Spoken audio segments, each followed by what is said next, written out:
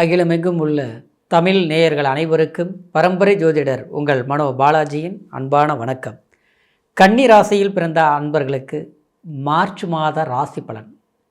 இந்த மாதத்தில் நவ கிரகங்களின் பெயர்ச்சிகளால் உங்களுடைய ராசிக்கு எப்பேற்பட்ட பலன்கள் இந்த மாதத்தில் ஏற்பட போகுது அப்படிங்கிறத பற்றி இந்த பதிவில் இப்போது நம்ம சிறப்பாக பார்க்க போகிறோமுங்க. ஃபஸ்ட் டைம் பார்க்குறவங்களா இருந்தீங்கன்னா சப்ஸ்கிரைப் பண்ணி பெல் பட்டன் அழுத்தி ஆல் ஆப்ஷன் கொடுங்க. கன்னி ராசி அப்படின்னா கன்னி புதன் ஆட்சி உச்சபலம் அடையக்கூடிய ராசி கன்னி ராசி. அறிவு சார்ந்தவர்கள், அன்பு சார்ந்தவர்கள், மற்றவங்களுக்கு ஒரு உதாரணமாக வாழக்கூடியவங்க இந்த கன்னி ராசியில் தான் பிறந்திருப்பாங்க. உங்களை பொறுத்த வரைக்கும் யாருக்கிட்டேயும் வெளிப்படைத்தன்மையாக பேச மாட்டீங்க, மனசை விட்டு சொல்ல மாட்டீங்க. நம்மளுடைய கஷ்டங்கள் என்னவோ அதை நாம் தானே தீர்க்கணும்.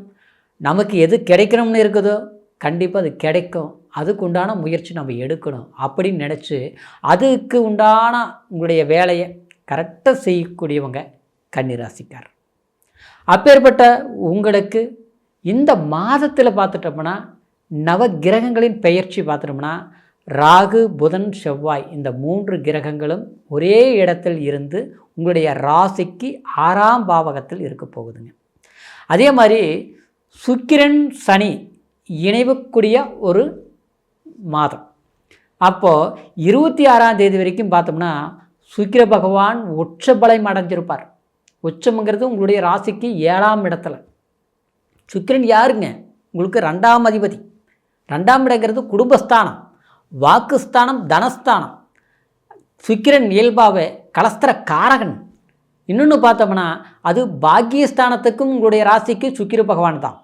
அப்போது தகப்பனுடைய உறவு முறை, தகப்பன் சொத்து, நமக்கு போன பிறவியில் செய்த புண்ணியம், முன்னோர்கள் செய்த புண்ணியம், அது கிடைக்கக்கூடிய ஸ்தான பலமே அது 9ஆம் இடம் தான்.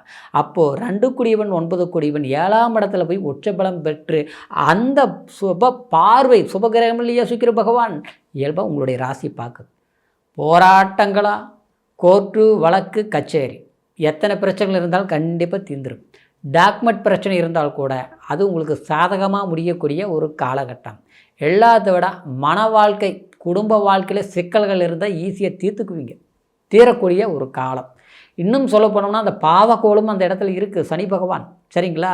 அது போராடி இத்தனை நாள் நம்ம போராட்டம் பண்ணிகிட்டு இருந்தோம் இல்லையா, இத்தனை நாள் கஷ்டப்பட்டுட்டு இருந்தோம் இல்லையா, அது அந்த போராட்டங்கள் இருந்து சிரமப்பட்டு மீண்டு வரக்கூடிய ஒரு சந்தர்ப்பந்தான் இந்த மார்ச் மாதம். சரிங்களா? அப்புறம் பார்த்தோம்னா உங்களுக்கு 10ஆம் இடத்துல குரு, அதாவது தொழில் ஸ்தானத்தில் உட்கார்ந்துருக்கிறாரு. அந்த குரு கரெக்டாக 6ஆம் இடத்தை பார்க்குது. சிலருக்கெல்லாம் பார்த்தோம்னா அடிக்கடி ஏதாவது ஆரோக்கிய பிரச்சனைகள் ஏற்பட்டுட்டு இருக்குதுங்க.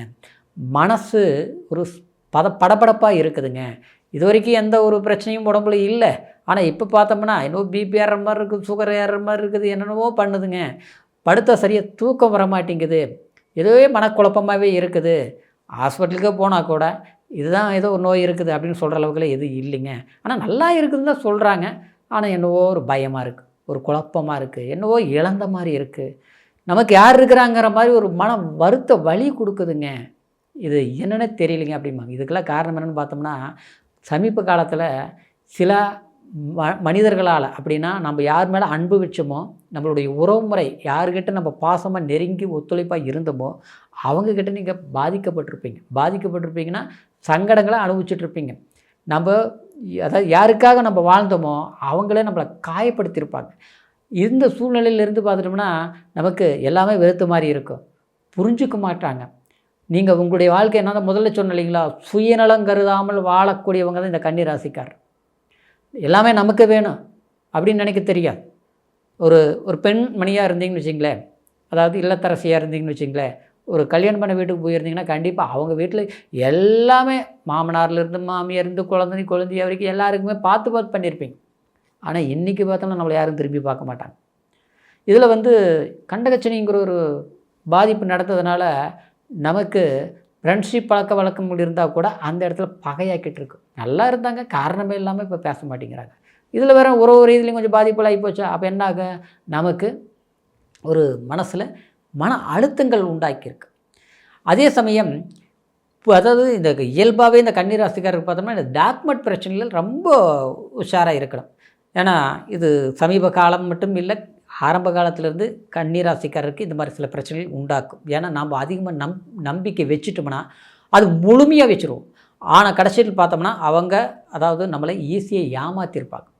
அதுக்காகவே நம்ம போராடி மறுபடியும் அது வாங்குற மாதிரி இருக்கும். இந்த மாதிரி பிரச்சனைகள் இருக்கும். நம்மளுடைய சொத்து இருந்திருக்கும், ஆனால் கடைசியில் பூர்வீக சொத்தோ இல்லை நமக்கு சம்பாரிச்சதோ இல்லை நம்ம அண்ணன் தம்பிக்கு கொடுத்துருக்கலாம். ஆனால் கொடுத்துருந்தும் நமக்கு நல்ல பெயர்கள் வாங்க முடியாத, அதாவது நம்மளை சங்கடங்களில் தள்ளி விடுற அளவுக்கு சூழ்நிலைகள் உண்டாகிருக்கும். ஆனால் எல்லாமே விட்டு போனாலும் நம்மளுடைய வேலை வாய்ப்புகள் நல்லா இருந்தால் போதும் இல்லையா, நம்மளுடைய பிஸ்னஸ் நல்லா இருந்தால் போதும் இல்லையா, நம்மளுடைய உழைப்புக்கு தகுந்த ஊதியம் கிடைச்சா போதும் இல்லையா, அதை தான் நம்ம எதிர்பார்க்குறோம். அது சரியாக நடக்கலை, கிடைக்கலை. ஆனால் அந்த போராட்டத்திலிருந்து மீண்டு வரக்கூடிய சில வாய்ப்புகள், வியாபாரம், தொழில் சார்ந்த விஷயங்கள், அதே மாதிரி ஒரு பிரயாணங்கள், எல்லாத்த விட ஒரு வெளியூர் வெளிநாடு போகணும்னு நினைக்கக்கூடியவங்களுக்கெல்லாம், அதாவது இந்த காலகட்டத்தில் மற்றவங்களுக்கு முன்னால் நம்ம கௌரவமாக வாழணும், அதுக்காக முயற்சி எடுத்து நடக்கலையில்ல, இந்த டயத்தில் நடக்கும். இந்த மார்ச் மாதம் 26ஆம் தேதிக்குள்ளே கொஞ்சம் இம்பார்ட்டன்ட் கொடுத்து சில விதமான முயற்சிகள் எடுங்க, நல்லா இருக்கும். கூட்டு தொழில் ஆகாது. முதலீடு போட்டு இன்வெஸ்ட்மெண்ட் பண்ணுறது கண்டிப்பாக இது பண்ணிக்கணும். அதாவது கன்னிராசி அன்பர்களுக்கு ஒத்து வராது. அதே சமயத்தில் கணவன் மனைவி சம்மந்தப்பட்ட ரீதியில் பரஸ்பரம் அப்படின்னா ஒரு விட்டு கொடுத்து போங்க, அதாவது மன மகிழ்ச்சி கிடைக்கும். குழந்தைங்களுடைய ஒத்துழைப்பு, கடந்த காலத்தில் இருந்த சலிப்புகள் நீங்கி அவங்களுடைய வாழ்க்கையே நீங்கள் அறநெறிப்படுத்தக்கூடிய ஒரு வாய்ப்புகளை கண்டிப்பாக உங்களால் அவங்களுக்கு ஒரு நன்மை உண்டாகும். அவங்களுடைய பாசம், அன்பு கண்டிப்பாக உங்களுக்கு கிடைக்கும். சரிங்களா? அதே சமயத்தில் இந்த மாதத்தில் பொறுத்த வரைக்கும் நீங்கள் பத்மநாப சுவாமியை வழிபாடு பண்ணுறது சிறப்பாக இருக்கும். அதே சமயத்தில் உங்களுடைய இந்த காலகட்டத்தில் மகாவிஷ்ணுன்னு சொல்லக்கூடிய விஷ்ணு பெருமாள் அம்சம் கொண்ட விஷ்ணுவை வழிபாடு பண்ணுறது ரொம்ப ரொம்ப சிறப்பாக இருக்கும். அதுக்கு தகுந்த பிரார்த்தனைகள் பண்ணும்போதும் அந்த கோயிலுக்கு போய் கையெடுத்து சாமி கும்பிட்டு வந்தால் கூட சில மனக்குழப்பங்கள் நீங்கி நாம் எதிர்பார்க்கக்கூடிய காரியங்கள் தடையில்லாமல் நடக்கும். திருமணம் சார்ந்த விஷயங்களும் வீட்டில் நல்ல விசேஷங்கள் நடக்கக்கூடிய சந்தர்ப்பங்களும் சாதகமாக அமையுங்க. சரிங்களா? இப்போ சொன்ன பலன் கோச்சார அடிப்படையில் நான் சொல்லியிருக்கிறதுனால பிறப்பு ஜனன ஜாதகத்தையும் நீங்கள் ஒரு முறை பார்த்துக்குங்க. காரணம் என்னென்னா தசாபுத்தி என்ன நடக்குது, ஏன்னா இப்போ ராசி ஒன்றா இருக்கும், லக்னம் வேறையாக இருக்கும். நமக்கு நடக்கக்கூடிய தசா புத்திகள், அந்தரங்கள், அதனுடைய தகுந்த பலன்கள் மாறுபடும். அப்படிங்கிறதுனால உங்களுடைய பிறப்பு ஜனன ஜாதகத்தை ஒரு முறை பார்த்துங்க. பார்க்காமல் இருந்து நம்மக்கிட்ட பார்க்கணும்னு நீங்கள் நினச்சிங்கன்னா கீழே இருக்கிற நம்பருக்கு ஃபோன் பண்ணி உங்களுடைய பிறந்த தேதி, பிறந்த நேரம், பிறந்த ஊர் இதை மட்டும் சொன்னால் போதும். உங்களுடைய ஜாதக பலன்களை ஆன்லைன் மூலிமா கூட அற்புதமாக கேட்டு தெரிஞ்சுக்கலாங்க. சரிங்களா? மீண்டும் அடுத்த பதிவில் உங்களை சந்திக்கும் வரைக்கும் நன்றி, வணக்கம்.